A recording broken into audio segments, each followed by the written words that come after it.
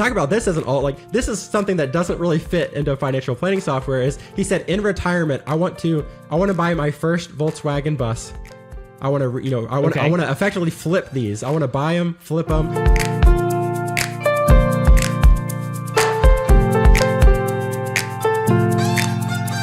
Hello and welcome to the Land and Everything Else podcast. This is Dr. Craig Lemoyne. I'm here today with somebody I've really wanted to talk to for a long time, an innovator in financial planning. There's really fresh thoughts and fresh attitude and always a positive outlook. And so I'm so excited today to have Cody Garrett on our podcast. One note before we get started, we are in downtown Chicago. There's going to be sirens. There's going to be bells and whistles. It's part of that urban love, that we try to bring today. So, Cody, thank you so much for sharing your time with us this morning. I appreciate you inviting me, Craig. It's great to finally have this conversation in person, in quotes. I love it. And I just love having you on. Well, tell us a little bit about what you do today and what you did before, because I think that story is a really fun one. Absolutely. So I went from music to money. I was a professional musician for 10 years, from about 2008 to 2018, pretty much doing anything that paid in music. I was a composer, arranger, music director, keyboardist. Actually, the only thing I didn't do, ironically, was teach music. And now all I do in financial planning is teach others. So it's kind of ironic that the only thing I didn't do in music is the only thing I do now as a financial planner. But I just drank out of the fire hose, going literally from being a professional musician on Wednesday night at a church rehearsal to a financial planner Thursday morning. I started off at a fee-only RIA, effectively, providing financial advice and investment management services to individuals, and also helping administrate 401ks, workplace retirement plans, for about 100 companies. So I drank out of the fire hose. I was a lot of people who come into this profession, they might be already a wet sponge from like working in finance in some way. Sure. I was a completely dry sponge. I knew nothing. When I was 30 years old, I didn't know what an IRA was. And now, 5-6 years later, now I'm running my own firm. I specifically teach DIY investors, do-it-yourself investors, on the path to early retirement within 5 years. And maybe we can drive a little bit. That'll drive a lot of the conversation today and who and how I serve. Yeah, it will. But it was really nice to have that shift from, being a professional musician, kind of being out there as an entrepreneur, like a kind of an accidental entrepreneur as a musician, and now being a lot more intentional about the businesses I build. And I have 3 businesses, and we can certainly go down that rabbit hole if you'd like. Yeah, I would love to. So let's share a little bit. I want to get to the DIY space in just a moment. So let's hold on that, because I think that's going to be one where we can share a little more. But share me about the other 2, and then we'll get to the DIY last if that works. Sure. So I actually started with an educational website called Measure Twice Money. And as I was going through the CFP education, Certified Financial Planner education program, as you know now, right, I had 10 years of a prior career. Sure. So I felt behind. I felt like, wow, like there are people in this industry as financial planners, financial advisors who have 10 years of experience on me. I better catch up. And I understood very early on that the best way to learn is to teach. When you teach, you learn twice, effectively. Oh, yeah. Yeah, so I created an online blog initially called Measure Twice Money. And that was just saying, as I was learning about a concept, for example, rental real estate, I would write a blog article about that, and just to educate consumers who hadn't gone through this intensive program I was going through. So I started doing that, and that really grew. Ironically, I was in a lot of personal finance Facebook groups, and anytime somebody would ask a question of, hey, should I contribute to a traditional or a Roth 401k? Should I, contribute pre-tax or after-tax? I was like, oh, well, I have a blog article about that, specifically about, the 20 pros and cons of both options, right? So rather than trying to give people advice, I just led them to that educational resource to help people make their own well-informed decisions. Mm-hmm. And ironically, just 6 months of creating blog articles, sharing them freely, without mentioning I'm an advisor, without asking for anything in return, I was receiving about 5 prospective client emails per week wanting to work with me one-on-one. That's awesome, man. That's great. And so then that led to, I would guess, the advisory piece, or not advisory, the fee. I don't know. How do you deliver the advice? Because I think that's innovative. It is. It's very innovative. Yeah. So, with these incoming inquiries, people weren't asking for investment management. They were saying, hey, you've helped me through your educational stuff. I was wondering if you could provide some more like personalized education and advice, including investment advice, one-on-one. But I'm happy having my money at Vanguard, Schwab, Fidelity, wherever my custodian of choice is. So there was a kind of a tipping point for me. A prospective client actually called me one day and he said, I've interviewed 10 fee-only fiduciary certified financial planners, and none of them will provide advice to me without managing my money. And he was very frustrated. He said, I'm literally coming to these people saying, I'm willing to pay you to give me advice on when I should claim Social Security. How should I take money from different accounts in retirement? But none of them will give me any advice until I roll over my money and they can charge me, a percentage of how much money I've, that he's accumulated over the last 30, 40 years. So again, that frustration turned into effectively a really valuable niche in serving people who want to manage their own money, meaning they have the time, the temperament, and the talent, the 3 T's of managing their own money successfully, but they need help with all the rest, which is the planning, including, by the way, which, when they're clicking the buttons on the screen, which trades to, buy, sell, all the tax optimization of all that. So they wanted advice, but they felt capable, at least in that moment, to click the buttons in their custodian of choice. So that effectively turned into this firm that grew to full capacity within a few weeks, actually. I bet it grew like that. Right. So 17 clients on the first day I launched, and I'm only working, and I actually planned to kind of create a lifestyle practice because I wanted to build other things. I only work with 2 clients per month. I take December off 100%. And, that even just serving 2 clients a month, about 5 to 10 hours a week, that provided enough income to me so that I could sustain my personal and business expenses and also launch 2 other businesses. Absolutely. I love where you're going with it. And I think let's go back to consumer in a minute, but let's talk a little bit about that. I think that our business has settled in on an AUM model. I think Michael Kitce's had an article recently that there hasn't been fee compression, but there's been service expansion. But we still hover around the 1% AUM model. And here's my challenge to that. My challenge to the model, and this comes from talking with a lot of people in the farm space and the ag space. So this is my challenge, may be distinctive to other people's. But it becomes paramount on the custodian to provide options to invest in. So hypothetically, let's say 1% is worth it for the services and fees that I get. You still run into the hurdle of saying, I want to build a portfolio with exposure to these equities and exposure to these bonds, and I would like to find ways to put maybe farmland in the portfolio or real estate in the portfolio. And now we see the custodian goes, I don't know what this is. I don't know how to do due diligence on it. Publicly traded only. I don't know how to wrap right. I don't know how to put a fee structure on it. I don't know what to do. And then you wind up with everyone doing 80-20. And you're like, well, okay, this is from my investment mind, from my CFP mind, from where I sit in my career right now, excited about the tangents of wealth management, right? I like to look at housing equity. I like to look at annuitization strategies like the SPIA stuff that bores people. I like to look, at these tangents, and I think you get on the custodial platform and you're kind of beholden. And yes, Schwab is huge and great, and Fidelity is huge and great, and BNY is huge and great, but there's still a piece of it that's like, I'm only going to use what's on this platform, and maybe contractually I only can. And then you get into things like, there's an apartment building I'd like to invest in. There's rental houses my dad had that I've inherited. There's collectibles that I have that I inherited from somebody, or I personally have invested hundreds of thousands of dollars in. I have an art collection that's beautiful to me, but it's gotten expensive. I like wine, and suddenly I'm not just buying wine to drink, right? Like those worlds that actually humans like to invest in what they were passionate about and love aren't always going to be on the platform. And I know I've just ranted a little bit, but sure. I as I've explored this podcast, I've kind of come to that conclusion. So when we talk about other compensation models, Cody, how do you treat, when someone comes in with a rental house? Do you talk about it with them, or do you kind of How do we handle that situation? This is called the advice only model, right? Where I don't manage any investments or sell any, investments or insurance products.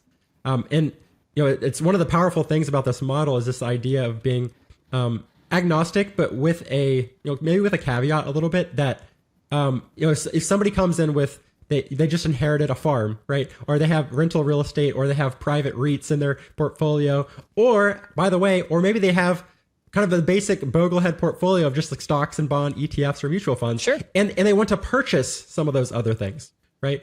So not only am I, not incentivized to keep them only buying the publicly traded things at the custodian, where I help manage money, but I can also not have any influence on my compensation by actually distributing money from their publicly traded portfolio into more private diversification. So there's two parts of that are they're valuable parts of the advice only model. With that said, some AUM advisors have told me, well, if you're not managing their money, you actually have no incentive to make sure to actually make them successful. Meaning, like you don't have an incentive to care about how their investments do if you don't manage that money. And I would come back to effectively, it's just like any other service model. I have an incentive for clients to benefit from the service and value the service as a multiple of the fee. Similar to any other any other type of industry. So effectively, if the client's happy, if they're referring their family and friends, right? If they reach out to me once a year to do an annual update review, that's how I define success, not necessarily how much money ends up in their portfolio. And I guess one more caveat there is sometimes running up a portfolio, especially in retirement, actually continuing to accumulate and only live off the principal, right?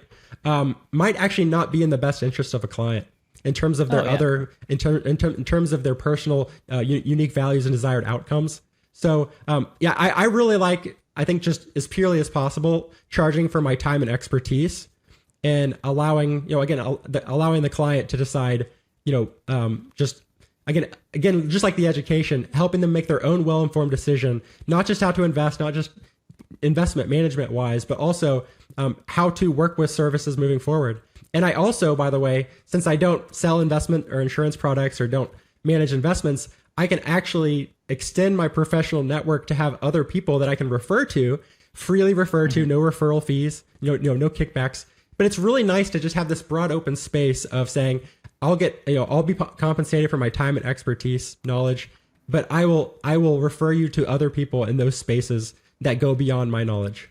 And I think to that end, like to the comments you've made, and when we're looking kind of with an alts lens, you are starting to see a catch up with technology. I think we are starting to see that, right? We're starting to see that 40 years ago, insurance reserve funds certainly held real estate, and they certainly held land, right? That was part of the diversification. And state pension funds held buildings. I don't think I'll ever forget the great state of New Jersey owned some of the Atlantic City buildings, some to good, some to bad, but it did make the news a while back. But buildings then, the real estate and alts were owned in institutional settings, right? Mm-hmm. And that was, I think, 40 years ago what we saw. We've seen with technology and structure and scale, family offices much more engaged in private equity, much more engaged in hedge funds, much more engaged in private debt, much more engaged in real estate, indirect ownership, possibly some direct ownership. And why the idea of this podcast, which ties back to what you just said, the idea of this whole podcast is like, I started running into investment advisors talking about real estate and private equity and ag. Mm-hmm. And I was like, with who? Like with my dad? Like what, that level, it seems to have gotten retail and affluent retail, but retail. So when, learning more about your model and the way you've approached it is very refreshing, because I think it provides an objectivity that you have. And to the end then, when you work with someone DIY or someone DIY is accessing, maybe share a little bit about your content in that non-boglehead space, like not the mutual fund space, not necessarily the stocks and bond space, but like what I want to learn a little more, Cody. I go to your website. Tell me about how all that works. Yeah, so I think for me, specifically in the niche of who and how I serve, I'm specifically serving DIY investors, right? Who do mostly, for the most part, do buy the low cost index funds, ETFs, mutual funds, sure, on that custodian of choice. But with that said, there's always it's less about what I advise to purchase in terms of investing, but more so what they bring to me, right? Okay. Most of this. Most of the advice that I give around around alts is actually somebody comes in. The average client I serve, if you were to kind of smush all clients together into this average, this average ideal client portfolio, they would have about 2.5 million in publicly traded, mutual funds, ETFs. Yep. They might have, they have 2 to 3 rental properties, passive, not real estate professionals, but on the passive side. With that said, they have the keys, right? They're not going into private REITs very often. With that said, I worked with somebody recently who they and their siblings inherited a farm, and maybe with mineral rights and things like that. For me, when they bring that in, right, because I'm compensated for advice and the planning and the research and the analysis, I spend a lot of my time researching and understanding what they bring in, rather than making the assumption that, hey, like everything they bring in, I'm going to just tell them to liquidate all of it into cash, put it into one investment model portfolio. So it's maybe a genuine curiosity is actually a benefit of this model as well. That anytime somebody brings in something that's new to me, it's an opportunity for one, either me to learn more about it, or two, expand my professional network and bring in a third party professional that specializes in that specific specific type of asset.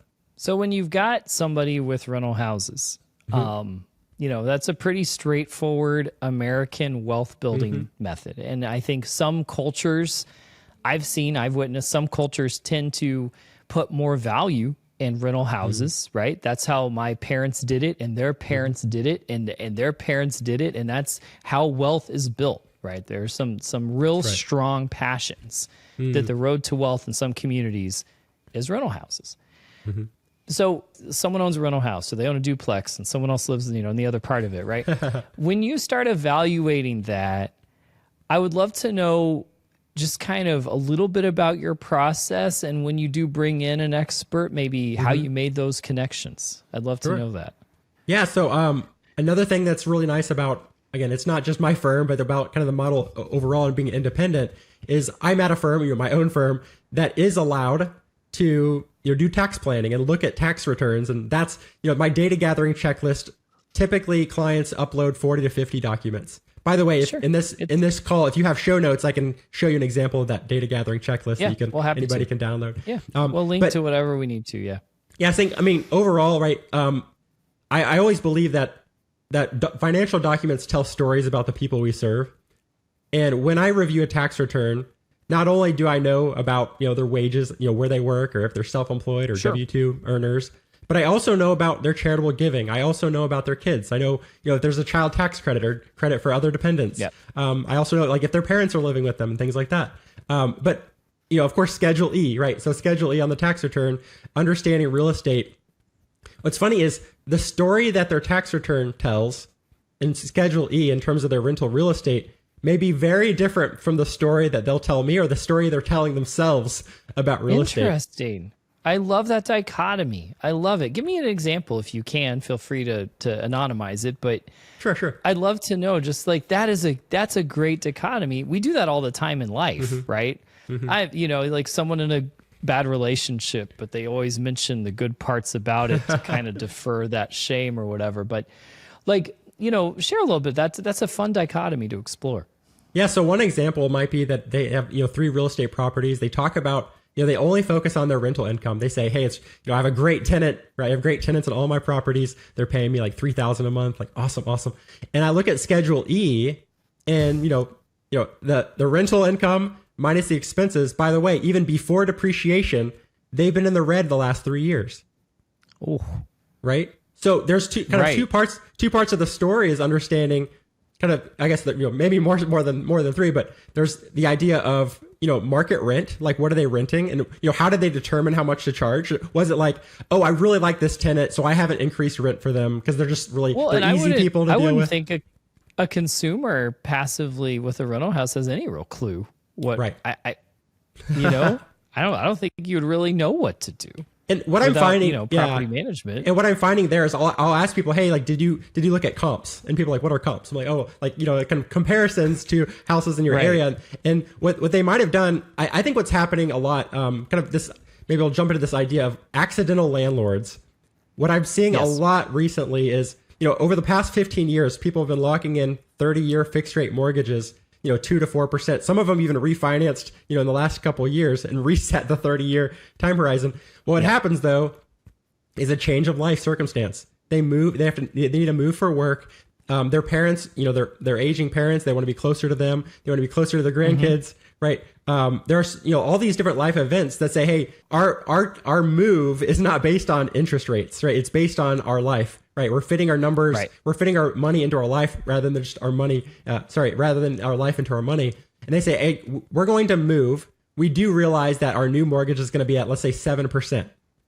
But we have this 2.5% 30-year mortgage that has 28 years left. And they go, well, with relatively low payments compared to today's dynamics. Absolutely. Right. And they say, well, we didn't really have a plan to be, you know, landlords, but we're thinking it would be a bad decision to, like, you know, not continue that leverage, right, of taking that low interest rate, which, by the way, you know, with even 30-year treasuries having like a higher yield, they're like, we could get a quote unquote risk-free return if we were to just invest, you know, otherwise. So what's happening is they become accidental landlords. They rent out their current house to buy their new house. But what happens though, this is what happens with an accidental or, you know, first time landlord. They base how much they charge for rent off of how much their mortgage, you know, the PITI, the principal, interest, tax, and insurance cost.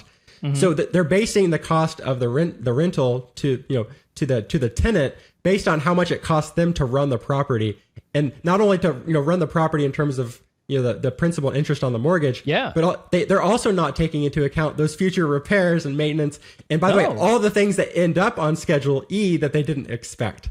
So I think the wear and tear, the yard, the maintenance, the oopsies, the months without a tenant, none of that's factored in. Right. And not only that, you know, not only like setting the rent based on expenses, but also not looking at the market of rental within the area, within the neighborhood. Just, you know, looking at, hey, like are the schools in this location popular? Hey, are we renting this? You know, is this near a college? Right? Are these college students' parents paying for this? Like that might change how much you can charge for rental depending on. Oh, absolutely would, right? Or at least the kind of leases you could set up. You know, multi-room, whole house things. That is fascinating, and it doesn't surprise me one bit that that's happening in the world, right? My neighbors next door, they locked in, they refinanced it like, I want to say they paid points 2.5. Like they're not going anywhere, right? But if they did, right, they've got this, and when they refinanced, they pulled equity out, right? So like they are kind of like, okay. So you've got this note. I totally see that happening if they moved, right? They'd be like, well, it doesn't make sense to dump this house and all that. No, I love that perspective and deep analysis. And then I guess the other question I've got is, you know, one of the things that you've done, you've created a lot of your own systems and you've created a lot of your own content, which is refreshing, especially generationally from that perspective, because there's a lot of old guy content out there. But what inspires you to create? I would imagine you have a pretty good system down by now, but you share a little bit about that? It's not really alts related, but I've always been curious how you do it so well. Yeah, so I think it comes down to, I literally trademarked, you know, I've trademarked two things. My firm name, Measure Twice, which I was surprised has never been trademarked even by, you know, construction companies. But the second was, you know, we've heard Measure Twice, Cut Once.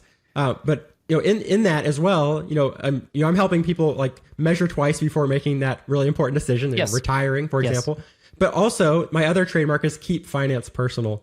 And what I'm finding is, you know, because every plan is different, I know that, you know, there's a lot of heuristics that can be helpful in our industry, but I also think, you know, one size fits all hardly fits anyone. You know, you're at a football game and they throw out the free shirt and it's like, you know, the extra large, right? Like, yes, it fits you, meaning it goes over your shoulders, but that's about it. So I've decided to build out, because I believe that, as I mentioned before, that we're fitting your money into your life, not your life into your money, that first I have to have a you know, comprehensive understanding of two islands, which is your comprehensive financial ecosystem, and the other island of your family, you and your family's unique values and desired outcomes. Yes. My job is to help build a bridge. Effectively, they're the ones building the bridge, but I'm helping guide them to build that bridge, which is creating a financial plan and, of course, implementing that plan. That's very important. With that said, I understand that, again, when you plug in unique values, desired outcomes, those are things that are not easily editable or reframable within the software that most financial planners use. So most financial planning software is really focused on kind of cash flow projections, understanding kind of visually. It actually is very helpful to visualize variable income and expenses over time. Also, the impact of maybe future required minimum distributions, RMDs, and also some future inheritance opportunities. With that said, the unique values and desired outcomes, which, by the way, may point to alts, makes the case for creating, effectively, depending on who and how you serve, creating your own customizable financial planning process, which includes developing your own templates. So every financial planning deliverable for a client, I actually don't use any deliverables or reports from the financial planning software. I might show them on screen, but everything that the client sees in terms of deliverables, in terms of the PDF or maybe even a physical copy, if they like the physical copy, is they get a one-page summary of every financial area. And that's typically 25 to 30 areas per family. So to wrap this up in this part is, Craig, so let's say somebody does come in with that rental, maybe, whether it's accidental or intentional rental real estate, I can have a one-page summary showing them, the realization of those, putting all the numbers from all those different forms onto one page so they actually understand it. Also showing them visually with my own templates and calculators, built in Excel. I can show them, hey, here's your debt repayment summary on the mortgage from your rental property. And they may not understand also things like, hey, they might think about the interest that they pay over the life of the loan, but they might not be looking at the next 12 months of interest in terms of possibly itemizing their deductions. Of course, This is more in the primary residence space. Yeah. Yeah, but ultimately, I build out one-page visual summaries, including some bullet points, so they remember what we talked about after the call. But it's really nice to be able to have that customization so that every plan I design and present to a client only makes sense for that client. Every client's financial plan only makes sense for that specific family. And I think that's another thing that really helps in this model is when you're working with families who have, unique circumstances, like you said, like farmland, or they love, not credit cards, but, baseball cards. And also one example quickly is that I work with a client who, when he retired, he's always loved the VW, the Volkswagen Bugs back from the 60s. Oh yeah. Yeah. In the bus, in the buses and the vans. Oh, so sure. Said, I can put it right in my head. Yeah, so talk about this as an alt. Like, this is something that doesn't really fit into financial planning software. Is he said, in retirement, I want to buy my first Volkswagen bus. I want to effectively flip these. I want to buy them, flip them. He said it's probably going to be more of a hobby, but it was really important to understand, hey, like how might the purchase of those vehicles, in the specific tax year, and also the expenses you put into it and the refurbishing and then selling, how might that be affected by the other variables in your financial plan, including your distribution strategy and tax optimized charitable giving, right? So it's really important to me that every variable that they bring in, not only am I not conflicted to, cash it out and put it into a model portfolio that I manage, but also I can provide really clear educational summaries on every aspect of their financial life so they can make a well-informed decision whether or not, I'm helping them implement that part of the plan. Well, I love that. And the Volkswagen Beetle analogy takes me back to when I was an undergrad in the 90s. And I remember this. And I remember one of my professors, and they were talking about fixing up a car with their daughter, right? Like an old Mustang or something. And they were like, who would think this is a good investment? No one raises their hands. And he's like, well, you're missing the point. I get to spend how many hours a week with my daughter in that garage, and that time is the investment, right? And it's just kind of, that brought me back to that moment of like, it's an investment to me because it's a value to me, and being able to have that value, articulated often requires non-traditional thinking around things like retirement or, education planning or whatnot. So yeah, I love it. Keep doing what you're doing. It's you're innovating the world around you. You're leaving a trail behind you. You're challenging norms that is important to challenge. And there's certainly arguments to be made around our whole business, but I think you're challenging some of the norms that we all have kind of just assumed are the right thing. And I like that. And another thing that I really love about you, you're always very positive. And it's nice to see like a consistent positive messaging. I don't think I've ever seen Cody Garrett get snarky. And, well, I would say, buddy. Yeah, two things that's funny is you mentioned earlier about investing real quickly is that I actually tell every client that, we focus a lot in financial planning on our financial wellness, but I actually show even visually sometimes your physical health, your mental health, your spiritual practices, your relationships, right? Yep. Those are all part of that, the wheel of life, as some people call it. And, it's really important to me that I understand how they want to invest in those areas before I tell them how to invest in their traditional finances. And when you said, not being snarky, what is interesting about the model is that I actually have received, direct messages and even phone calls from advisors who are more traditional on the AUM side. And some have some aggression toward me in terms of, I'm threatening the model, or I'm You're challenging a norm. That's not bad. Well, I think it comes with the kind of the pay your dues aspect of, they'll say, hey, like, you can't have an opinion in this industry until you've worked through 2008, 2009, or you're not allowed to have an opinion until you have this many years of service under your belt. And what I've just kind of gotten to the place of, I think if somebody kind of disagrees or is snarky with the way I do things, the phrase I use is that you only compete when you're copying. So if somebody sees me as their competition, that means that they believe that I'm somehow copying how they're doing things, or copying the who and how that they serve. And what's interesting is that the AUM model, it's not that they were conflicting, is that the clients who would hire an AUM advisor are not the same people who would hire me. So I actually see a very blue ocean of opportunity. It is a blue ocean of opportunity. I also think as a PhD, challenging hypotheses is better for everybody, and we are all better when people challenge assumptions. I mean, that's just the world, and I love that you do it. So I hope you keep it up. And this has been a ton of fun, Cody. Thank you so much for your time this morning. It's been awesome. Absolutely, Craig. One last little line here. At my last firm, last quote, I told employees at my last firm, I said, document everything you do in your business, during the day, and ask yourself, why do I do it that way?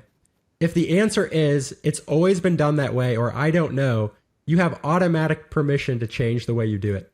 And that's the type of thing that I would love our profession industry to understand, is a lot of the things we do, we're doing it because that was the way we're taught, or that's just the way it's been done. So yeah, if you do challenge, not necessarily in a negative way, I say, be provocative with kindness, right? So if you're going to challenge something, you challenge it with passion and kindness, but do question, if I do it this way, why? And if the way I'm doing it didn't exist, if I were to start from scratch, what would be the most appropriate way to do that to better serve the people that I serve in my firm? I love that. Well, thank you, Cody.